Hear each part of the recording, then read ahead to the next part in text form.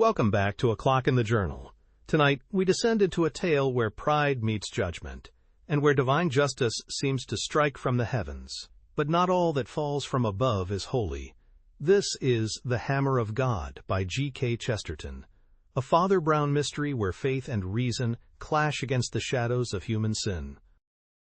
The little village of Bohun Beacon was perched on a hill so steep that the tall spire of its church seemed only like the peak of a small mountain. At the foot of the church stood a smithy, generally red with fires and always littered with hammers and scraps of iron. Opposite to this, over a rude cross of cobbled paths, was the Blue Boar, the only inn of the place. It was upon this crossway, in the lifting of a leaden and silver daybreak, that two brothers met in the street and spoke, though one was beginning the day and the other finishing it. The Reverend and Honorable Wilfrid Bohun was very devout, and was making his way to some austere exercises of prayer or contemplation at dawn. Colonel the Honorable Norman Bohun, his elder brother, was by no means devout, and was sitting in evening dress on the bench outside the Blue Boar, drinking what the philosophic observer was free to regard either as his last glass on Tuesday or his first on Wednesday. The colonel was not particular. The Bohuns were one of the very few aristocratic families really dating from the Middle Ages, and their pennon had actually seen Palestine. But it is a great mistake to suppose that such houses stand high in chivalric tradition. Few accept the poor preserved traditions. Aristocrats live not in traditions, but in fashions. The Bohuns had been Mohawks under Queen Anne, and Mashers under Queen Victoria. But like more than one of the really ancient houses, they had rotted in the last 2 centuries into mere drunkards and dandy degenerates, till there had even come a whisper of insanity. Certainly there was something hardly human about the colonel's wolfish pursuit of pleasure, and his chronic resolution not to go home till morning had a touch of the hideous clarity of insomnia. He was a tall, fine animal, elderly, but with hair still startlingly yellow. He would have looked merely blond and leonine, but his blue eyes were sunk so deep in his face that they looked black. They were a little too close together. He had very long yellow mustaches, on each side of them a fold or furrow from nostril to jaw, so that a sneer seemed cut into his face. Over his evening clothes he wore a curious pale yellow coat that looked more like a very light dressing gown than an overcoat, and on the back of his head was stuck an extraordinary broad-brimmed hat of a bright green color, evidently some oriental curiosity caught up at random. He was proud of appearing in such incongruous attires, proud of the fact that he always made them look congruous. His brother the curate had also the yellow hair and the elegance, but he was buttoned up to the chin in black, and his face was clean-shaven, cultivated, and a little nervous. He seemed to live for nothing but his religion, but there were some who said, notably the blacksmith, who was a Presbyterian, that it was a love of Gothic architecture rather than of God, and that his haunting of the church like a ghost was only another and purer turn of the almost morbid thirst for beauty which sent his brother raging after women and wine. This charge was doubtful, while the man's practical piety was indubitable. Indeed, the charge was mostly an ignorant misunderstanding of the love of solitude and secret prayer, and was founded on his being often found kneeling, not before the altar, but in peculiar places, in the crypts or gallery or even in the belfry. He was at the moment about to enter the church through the yard of the smithy, but stopped and frowned a little as he saw his brother's cavernous eyes staring in the same direction. On the hypothesis that the colonel was interested in the church, he did not waste any speculations. There only remained the blacksmith's shop, and though the blacksmith was a Puritan and none of his people, Wilfrid Bohun had heard some scandals about a beautiful and rather celebrated wife. He flung a suspicious look across the shed, and the colonel stood up laughing to speak to him. "Good morning, Wilfrid," he said. "Like a good landlord, I am watching sleeplessly over my people. "I am going to call on the blacksmith." Wilfrid looked at the ground and said, "The blacksmith is out. He is over at Greenford." "I know," answered the other with silent laughter. "That is why I am calling on him." "Norman," said the cleric with his eye on a pebble in the road, "are you ever afraid of thunderbolts?"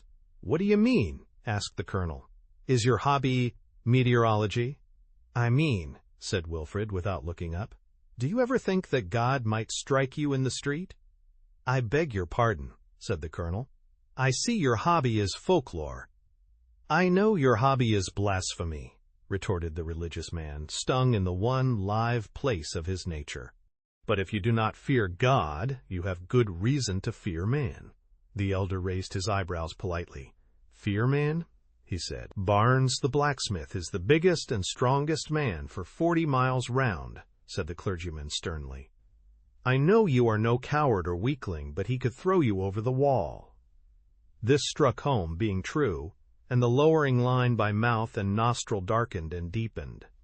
For a moment he stood with the heavy sneer on his face, but in an instant Colonel Bohun had recovered his own cruel good humor and laughed, showing 2 dog-like front teeth under his yellow mustache.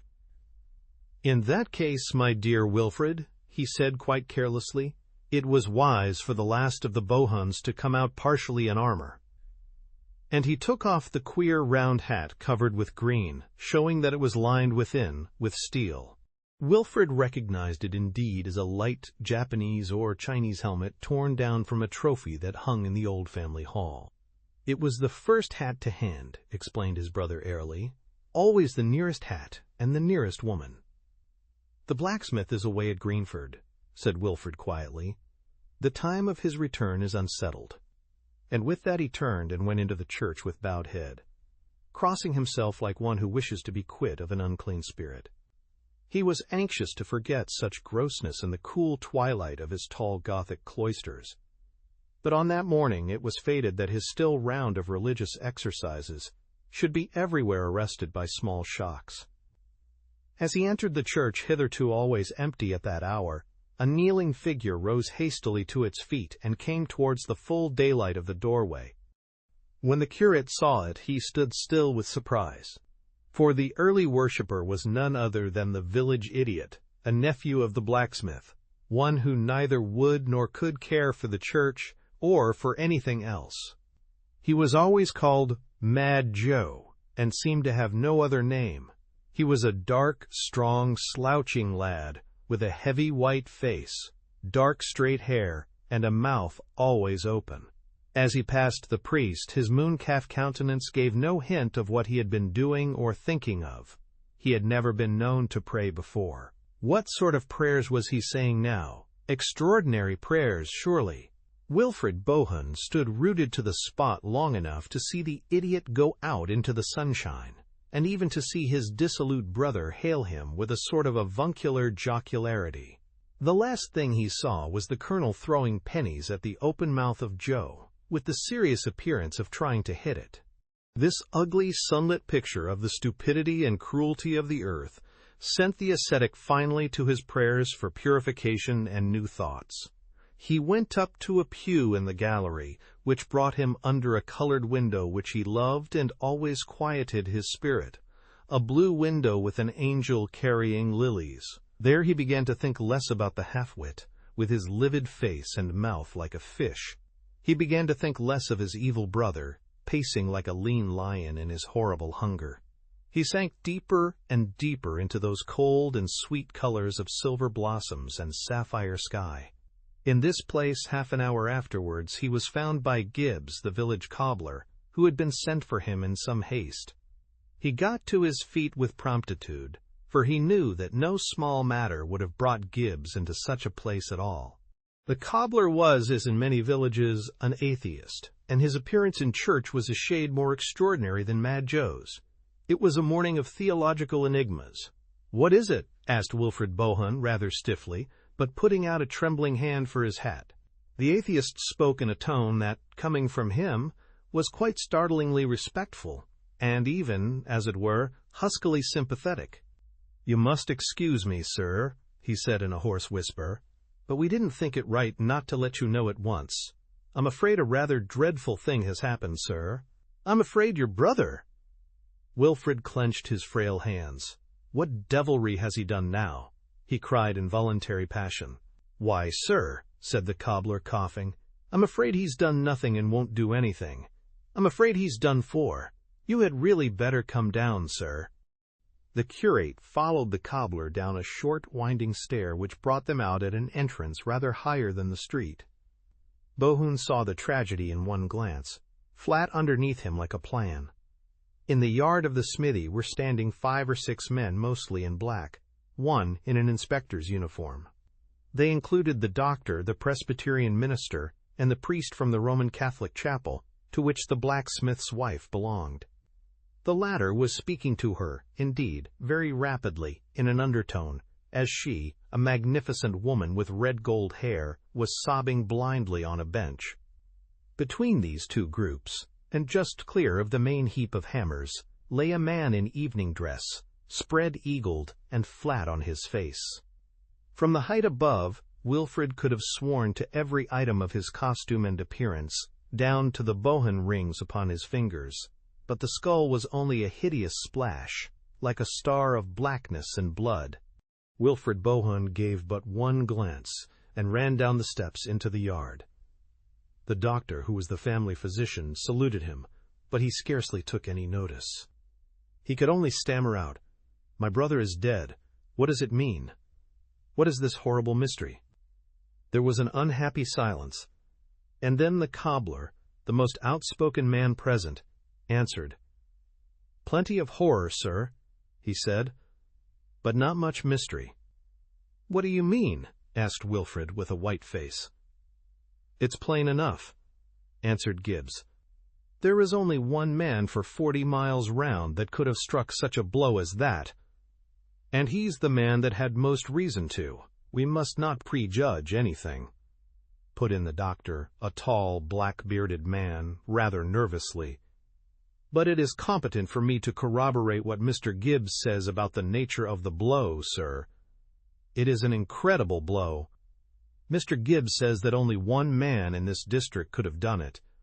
I should have said myself that nobody could have done it." A shudder of superstition went through the slight figure of the curate. "I can hardly understand," he said. "Mr. Bohun," said the doctor in a low voice, "metaphors literally fail me. It is inadequate to say that the skull was smashed to bits like an eggshell. Fragments of bone were driven into the body and the ground like bullets into a mud wall. It was the hand of a giant." He was silent a moment, looking grimly through his glasses. Then he added, "The thing has one advantage, that it clears most people of suspicion at one stroke. If you or I or any normally made man in the country were accused of this crime, we should be acquitted, as an infant would be acquitted of stealing the Nelson column." "That's what I say," repeated the cobbler obstinately. "There's only one man that could have done it, and he's the man that would have done it. Where's Simeon Barnes, the blacksmith?" "He's over at Greenford," faltered the curate. "More likely over in France," muttered the cobbler. "No, he is in neither of those places," said a small and colorless voice, which came from the little Roman priest who had joined the group. "As a matter of fact, he is coming up the road at this moment." The little priest was not an interesting man to look at, having stubbly brown hair and a round and stolid face, but, if he had been as splendid as Apollo, no one would have looked at him at that moment. Everyone turned round and peered at the pathway which wound across the plain below, along which was indeed walking, at his own huge stride and with a hammer on his shoulder, Simeon the smith. He was a bony and gigantic man, with deep, dark, sinister eyes and a dark chin-beard. He was walking and talking quietly with 2 other men, and though he was never specially cheerful, he seemed quite at his ease. "My God!" cried the atheistic cobbler. "And there's the hammer he did it with." "No," said the inspector, a sensible-looking man with a sandy mustache, speaking for the first time. "There's the hammer he did it with over there by the church wall. We have left it and the body exactly as they are." All glanced round, and the short priest went across and looked down in silence at the tool where it lay. It was one of the smallest and the lightest of the hammers, and would not have caught the eye among the rest. But on the iron edge of it were blood and yellow hair. After a silence, the short priest spoke without looking up, and there was a new note in his dull voice. "Mr. Gibbs was hardly right," he said, "in saying that there is no mystery. There is at least the mystery of why so big a man should attempt so big a blow with so little a hammer." "Oh, never mind that," cried Gibbs in a fever. "What are we to do with Simeon Barnes?" "Leave him alone," said the priest quietly. "He is coming here of himself. I know those two men with him. They are very good fellows from Greenford, and they have come over about the Presbyterian chapel." Even as he spoke, the tall smith swung round the corner of the church and strode into his own yard. Then he stood there quite still, and the hammer fell from his hand. The inspector, who had preserved impenetrable propriety, immediately went up to him. "I won't ask you, Mr. Barnes," he said, "whether you know anything about what has happened here. You are not bound to say. I hope you don't know, and that you will be able to prove it. But I must go through the form of arresting you in the King's name for the murder of Colonel Norman Bohun." "You are not bound to say anything," said the cobbler, in officious excitement. "They've got to prove everything. They haven't proved yet that it is Colonel Bohun, with the head all smashed up like that." "That won't wash," said the doctor aside to the priest. "That's out of the detective stories. I was the colonel's medical man, and I knew his body better than he did. He had very fine hands, but quite peculiar ones. The second and third fingers were the same length. Oh, that's the colonel right enough." As he glanced at the brained corpse upon the ground, the iron eyes of the motionless blacksmith followed them, and rested there also. "Is Colonel Bohun dead?" said the smith quite calmly. "Then he's damned." "Don't say anything." "Oh, don't say anything," cried the atheist cobbler, dancing about in an ecstasy of admiration of the English legal system. For no man is such a legalist as the good secularist. The blacksmith turned on him over his shoulder the august face of a fanatic. "It's well for you infidels to dodge like foxes because the world's law favors you," he said. "But God guards his own in his pocket, as you shall see this day." Then he pointed to the colonel and said, "When did this dog die in his sins?" "Moderate your language," said the doctor. "Moderate the Bible's language, and I'll moderate mine. When did he die?" "I saw him alive at 6 o'clock this morning," stammered Wilfred Bohun. "God is good," said the smith. "Mr. Inspector, I have not the slightest objection to being arrested. It is you who may object to arresting me. I don't mind leaving the court without a stain on my character. You do mind perhaps leaving the court with a bad setback in your career." The solid inspector for the first time looked at the blacksmith with a lively eye, as did everybody else, except the short, strange priest, who was still looking down at the little hammer that had dealt the dreadful blow. "There are two men standing outside this shop," went on the blacksmith with ponderous lucidity.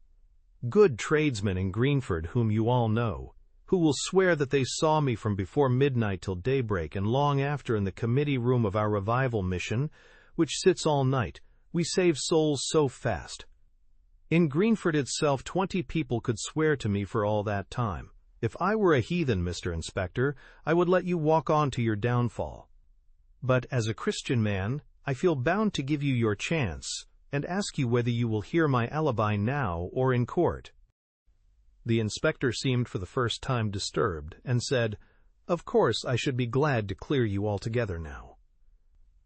The smith walked out of his yard with the same long and easy stride, and returned to his two friends from Greenford, who were indeed friends of nearly everyone present.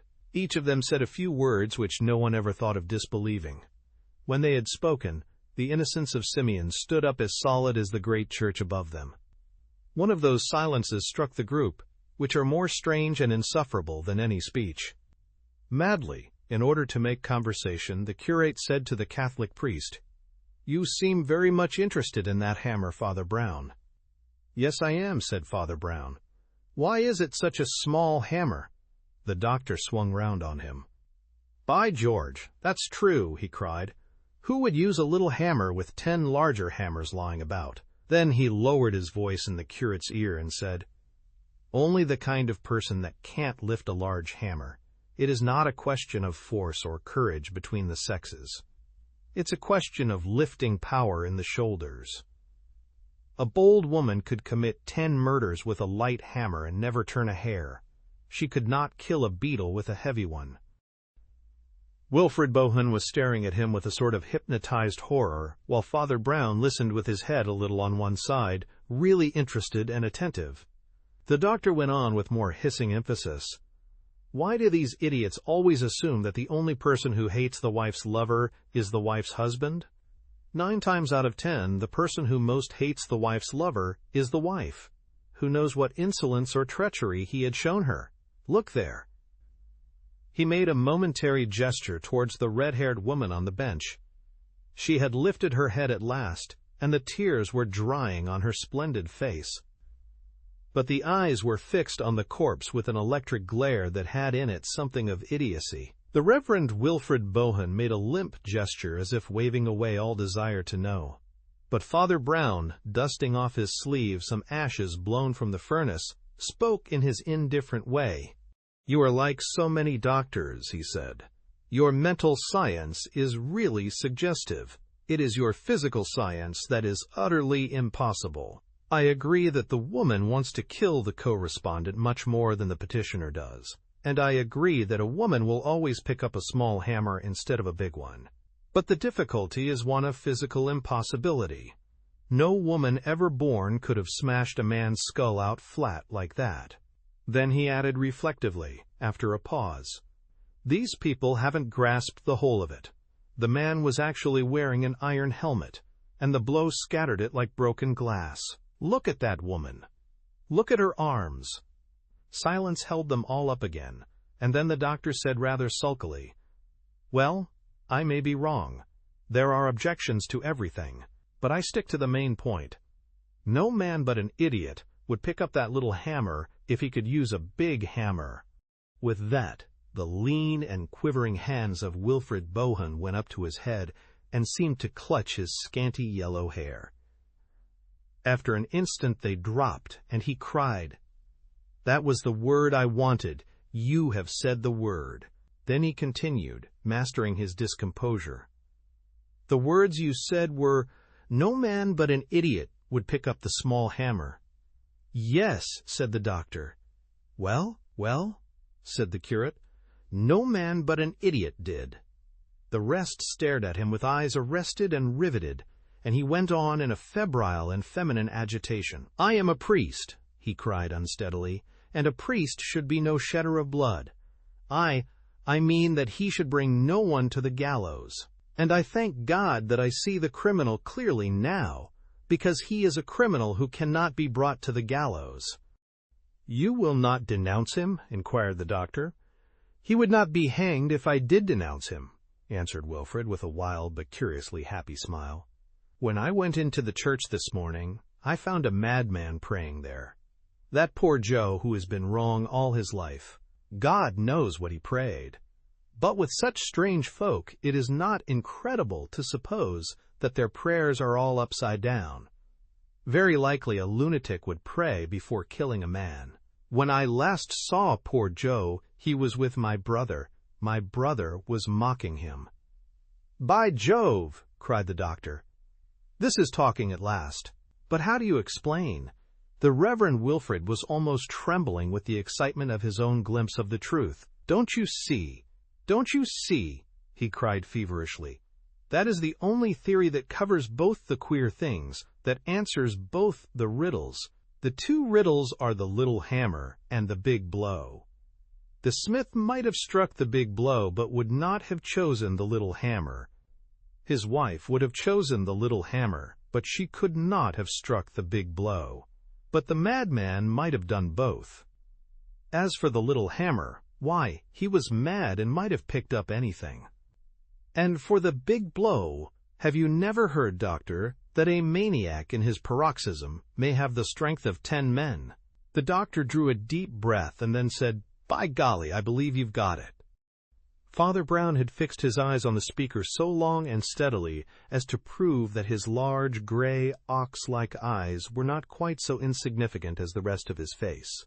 When silence had fallen, he said with marked respect, "Mr. Bohun, yours is the only theory yet propounded which holds water every way and is essentially unassailable. I think, therefore, that you deserve to be told, on my positive knowledge, that it is not the true one." And with that the old little man walked away and stared again at the hammer. "That fellow seems to know more than he ought to," whispered the doctor peevishly to Wilfrid. "Those popish priests are deucedly sly." "No, no," said Bohun with a sort of wild fatigue. "It was the lunatic. It was the lunatic." The group of the two clerics and the doctor had fallen away from the more official group containing the inspector and the man he had arrested. Now, however, that their own party had broken up, they heard voices from the others. The priest looked up quietly, and then looked down again as he heard the blacksmith say in a loud voice, "I hope I've convinced you, Mr. Inspector. I'm a strong man, as you say, but I couldn't have flung my hammer bang here from Greenford. My hammer hasn't got wings that it should come flying half a mile over hedges and fields." The inspector laughed amicably and said, "No, I think you can be considered out of it, though it's one of the rummiest coincidences I ever saw. I can only ask you to give us all the assistance you can in finding a man as big and strong as yourself. By George, you might be useful, if only to hold him. I suppose you yourself have no guess at the man?" "I may have a guess," said the pale smith, "but it is not at a man." Then, seeing the scared eyes turned towards his wife on the bench, he put his huge hand on her shoulder and said, "Nor a woman either." "What do you mean?" asked the inspector jocularly. "You don't think cows use hammers, do you?" "I think no thing of flesh held that hammer," said the blacksmith in a stifled voice. "Mortally speaking, I think the man died alone." Wilfrid made a sudden forward movement and peered at him with burning eyes. "Do you mean to say, Barnes," came the sharp voice of the cobbler, "that the hammer jumped up of itself and knocked the man down?" "Oh, you gentlemen may stare and snigger," cried Simeon. "You clergymen who tell us on Sunday, in what a stillness the Lord smote Sennacherib. I believe that one who walks invisible in every house defended the honor of mine, and laid the defiler dead before the door of it. I believe the force in that blow was just the force there is in earthquakes, and no force less," Wilfrid said with a voice utterly undescribable. "I told Norman myself to beware of the thunderbolt." "That agent is outside my jurisdiction," said the inspector with a slight smile. "You are not outside his," answered the smith. "See you to it." And turning his broad back, he went into the house. The shaken Wilfrid was led away by Father Brown, who had an easy and friendly way with him. "Let us get out of this horrid place, Mr. Bohun," he said. "May I look inside your church? I hear it's one of the oldest in England. We take some interest, you know," he added with a comical grimace, "in old English churches." Wilfrid Bohun did not smile, for humor was never his strong point, but he nodded rather eagerly, being only too ready to explain the Gothic splendors to someone more likely to be sympathetic than the Presbyterian blacksmith or the atheist cobbler. "By all means," he said, "let us go in at this side." And he led the way into the high side entrance at the top of the flight of steps. Father Brown was mounting the first step to follow him when he felt a hand on his shoulder, and turned to behold the dark, thin figure of the doctor, his face darker yet with suspicion. "Sir," said the physician harshly, "you appear to know some secrets in this black business. May I ask if you are going to keep them to yourself?" "Why, doctor," answered the priest, smiling quite pleasantly, "there is one very good reason why a man of my trade should keep things to himself when he is not sure of them, and that is that it is so constantly his duty to keep them to himself when he is sure of them. But if you think I have been discourteously reticent with you or anyone, I will go to the extreme limit of my custom. I will give you 2 very large hints." "Well, sir?" said the doctor gloomily. "First," said Father Brown quietly, "the thing is quite in your own province, It is a matter of physical science. The blacksmith is mistaken, not perhaps in saying that the blow was divine, but certainly in saying that it came by a miracle. It was no miracle, doctor, except insofar as man is himself a miracle, with his strange and wicked and yet half-heroic heart. The force that smashed that skull was a force well known to scientists, one of the most frequently debated of the laws of nature. The doctor, who was looking at him with frowning intentness, only said, "And the other hint?" "The other hint is this," said the priest. "Do you remember the blacksmith, though he believes in miracles, talking scornfully of the impossible fairy tale that his hammer had wings and flew half a mile across country?" "Yes," said the doctor, "I remember that." "Well," added Father Brown with a broad smile, "that fairy tale was the nearest thing to the real truth that has been said today." And with that he turned his back and stumped up the steps after the curate. The Reverend Wilfrid, who had been waiting for him, pale and impatient, as if this little delay were the last straw for his nerves, led him immediately to his favorite corner of the church, that part of the gallery closest to the carved roof, and lit by the wonderful window with the angel. The little Latin priest explored and admired everything exhaustively, talking cheerfully but in a low voice all the time. When, in the course of his investigation, he found the side exit and the winding stair down which Wilfrid had rushed to find his brother dead, Father Brown ran not down but up with the agility of a monkey, and his clear voice came from an outer platform above. "Come up here, Mr. Bohun," he called. "The air will do you good." Bohun followed him, and came out on a kind of stone gallery or balcony outside the building, from which one could see the illimitable plain in which their small hill stood, wooded away to the purple horizon and dotted with villages and farms. Clear and square, but quite small beneath them, was the blacksmith's yard, where the inspector still stood taking notes and the corpse still lay like a smashed fly. "Might be the map of the world, mightn't it?" said Father Brown. "Yes," said Bohun very gravely, and nodded his head. Immediately beneath and about them, the lines of the Gothic building plunged outwards into the void, with a sickening swiftness akin to suicide. There is that element of Titan energy in the architecture of the Middle Ages that, from whatever aspect it be seen, it always seems to be rushing away, like the strong back of some maddened horse. This church was hewn out of ancient and silent stone, bearded with old fungoids and stained with the nests of birds, and yet, when they saw it from below, it sprang like a fountain at the stars, and when they saw it, as now, from above, it poured like a cataract into a voiceless pit.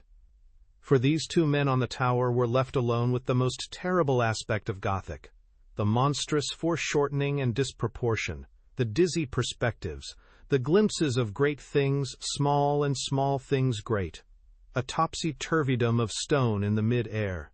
Details of stone, enormous by their proximity, were relieved against a pattern of fields and farms pygmy in their distance. A carved bird or beast at a corner seemed like some vast walking or flying dragon wasting the pastures and villages below. The whole atmosphere was dizzy and dangerous, as if men were upheld in air amid the gyrating wings of colossal genia. And the whole of that old church, as tall and rich as a cathedral, seemed to sit upon the sunlit country like a cloudburst. "I think there is something rather dangerous about standing on these high places even to pray," said Father Brown. "Heights were made to be looked at, not to be looked from." "Do you mean that one may fall over?" asked Wilfrid. "I mean that one's soul may fall if one's body doesn't," said the other priest. "I scarcely understand you," remarked Bohun indistinctly.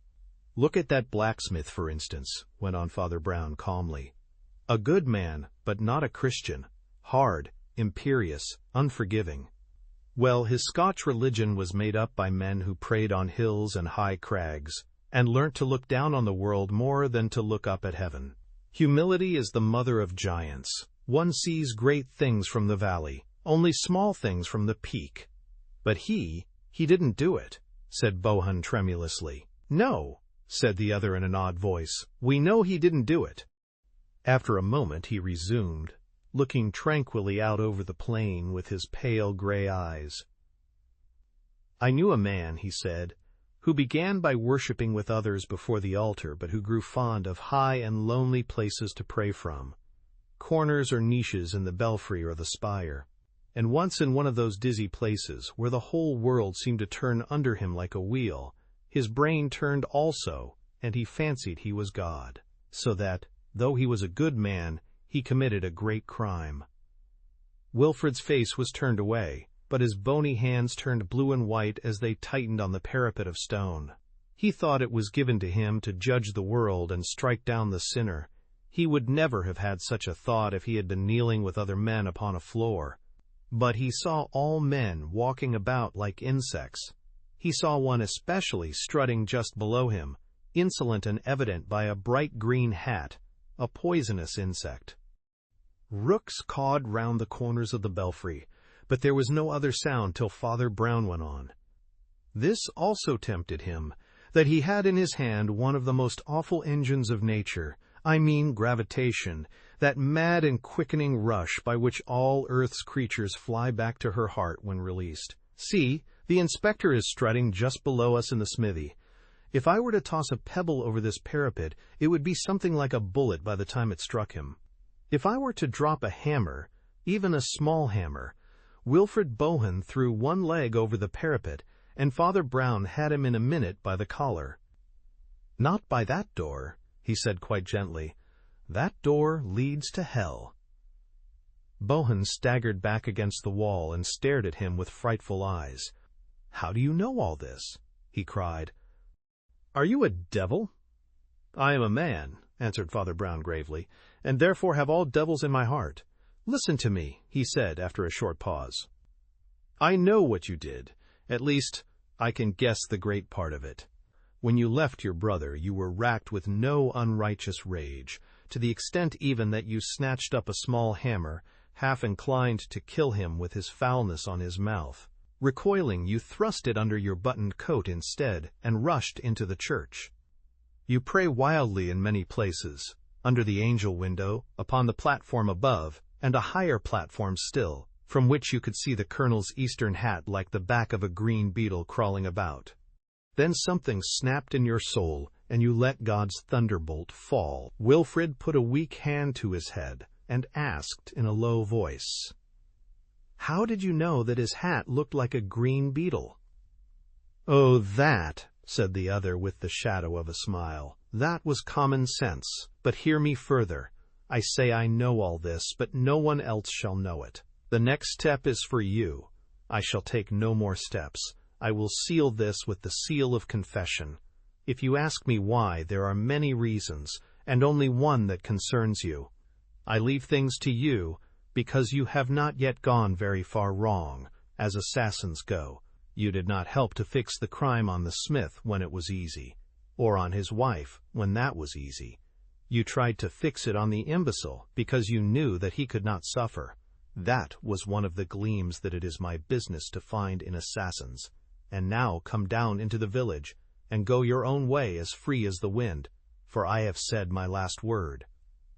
They went down the winding stairs in utter silence, and came out into the sunlight by the smithy. Wilfred Bohun carefully unlatched the wooden gate of the yard, and going up to the inspector said, "I wish to give myself up. I have killed my brother."